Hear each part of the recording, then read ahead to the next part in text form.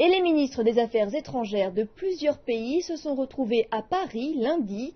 Au cœur des discussions, la coordination de la stratégie à l'encontre de l'État islamique qui s'est emparé de vastes zones dans le nord de l'Irak et en Syrie.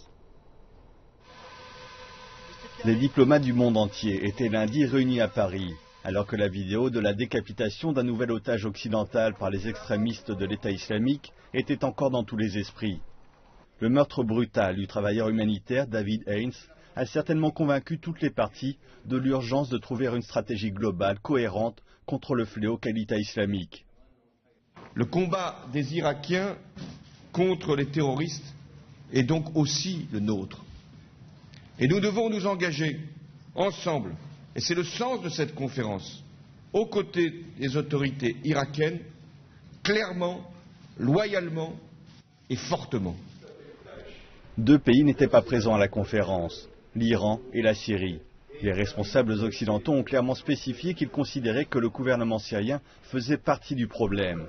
Et l'Iran a été retiré de la liste des invités en raison de ses liens avec le président syrien Bachar el-Assad. Une décision que le président irakien a jugée regrettable. Je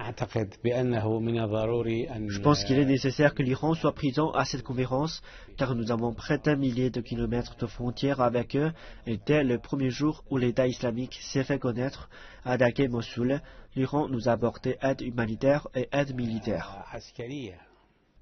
À l'issue de la conférence, le ministre français des Affaires étrangères a déclaré que la coalition anti-État islamique avait décidé de fournir une aide militaire à l'Irak pour qu'il puisse combattre ce réseau islamiste.